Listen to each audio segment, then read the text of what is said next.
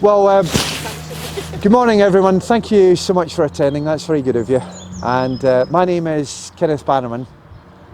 I'm the head of the Airfields of Britain Conservation Trust, or ABCT as we call it for short, which is the world's first national airfield charity.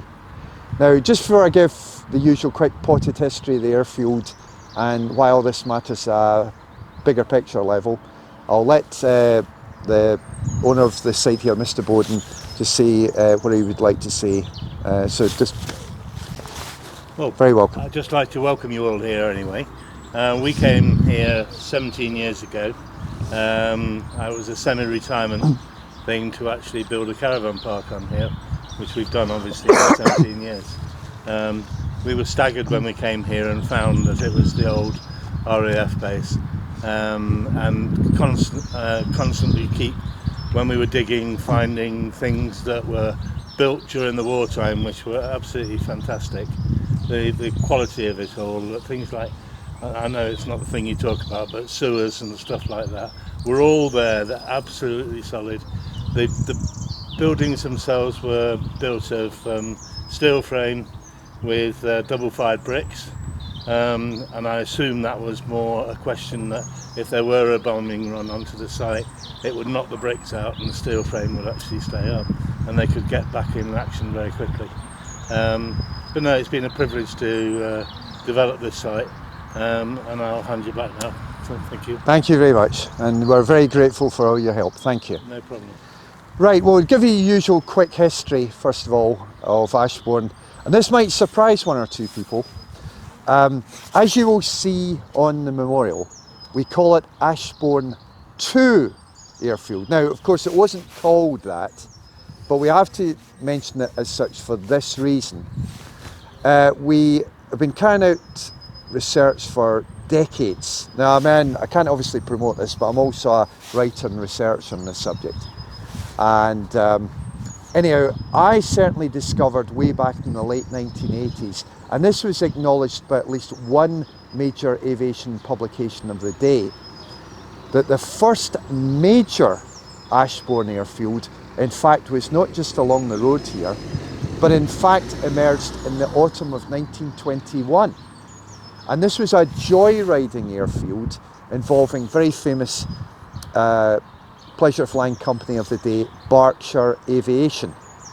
So it came here on its travels in the autumn of 1921, and it stayed quite a number of days. Now, people might say, well, okay, only stayed here for say about a week or two. But as I've said, at least one very major aviation publication of the day saw fit to mention it at considerable length as to what was happening here. So, for example, on the Sunday of the week or so the company was here at Ashbourne, and I'll mention the site in a second, we think where it is, 2,000 people attended just on the Sunday. So this was by any standards regarded as a major airfield. Incidentally, it's still to be absolutely confirmed, but from what one gathers, the flying location was, you'll know the name anyhow, more on the west side of the town at Ashbourne Meadows. Then, just for good measure, it wasn't recognised fully this, so this is what we call on our website a minor airfield. We're still checking this out, but there was also more minor joyriding flying round about 1930-31, and this was on a smaller scale from what Berkshire Aviation did. Now, who knows? People's memories may have lingered and they said, oh, well, when it came World War II, Ashbourne could be a place for a military flying site. So in 1941, the Ashbourne, the one you're all familiar with, of course, was selected and approved for development, being turned into a military airfield with 3 runways and all sorts of other facilities. Now, we've also carried out very deep level research into opening and closing dates, incredibly difficult, but we've managed to find especially the exact opening date of the airfield, and this in turn, without going into too much technical detail here, relates to an RAF group that was connected with some other famous airfields like Bovingdon in Hertfordshire, which was quite a famous airfield, and if we come up to today, it's used for filming, for example, for that Dancing on Ice programme, the TV studios there. Clark Gable served there in World War II, among others. So the RAF group that organised the opening of Bovingdon and certain other airfields also was involved here with Ashbourne.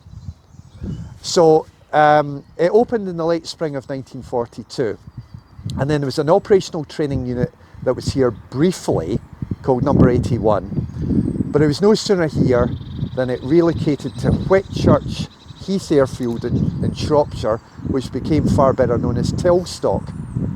And then later in the year, the best known unit that served here came from Andover in Hampshire, famous airfield. Number 42 operational training unit. This was originally flying aircraft to do with Army Cooperation training, but when Army Cooperation Command disbanded in the spring of 1943, training switched so that flying dealt with airborne forces and glider towing operations, and the aircraft that were based here in the main were two of Armstrong Whitworth's types, the Venerable Whitley, which was used as a bomber in the older days, and then also the more modern Albemarle aircraft. A bit of a controversial type, that one. It was famously the RAF's first indigenous tricycle undercarriage aircraft, but it had a bit of a slightly questionable reputation. However, both it and of course the Whitley gave excellent service. And then not forgetting as well Darley Moor Airfield, where we will be unveiling a similar memorial to this tomorrow morning. That was Ashbourne's satellite airfield, very closely connected with the parent.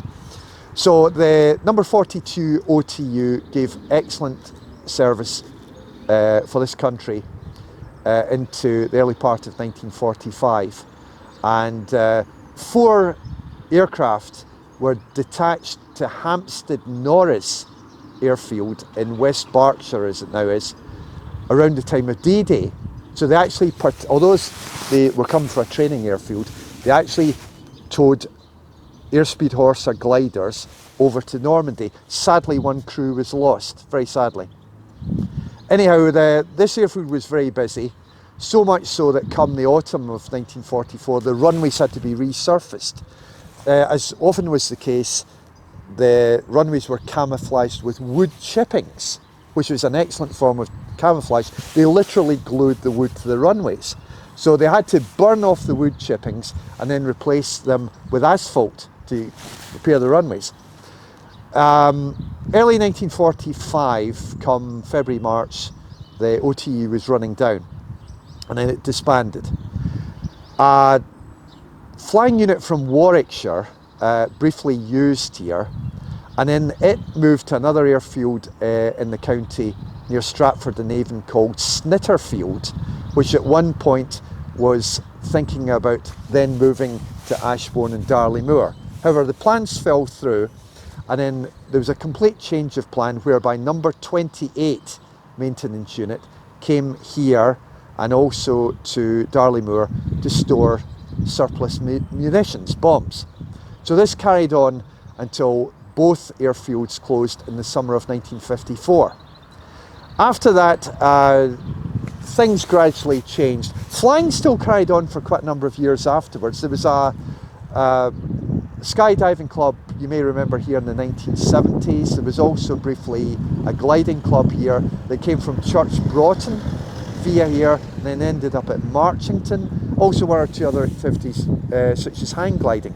But of course the really big change came in the 1970s with the gradual advent of the industrial estate. I mean, I've been at Ashbourne quite a few times over the decades since the 1980s. I mean, I can remember one time I was here in 1991 whereby they were actually replacing the walk-round balcony at the control tower when it was still around.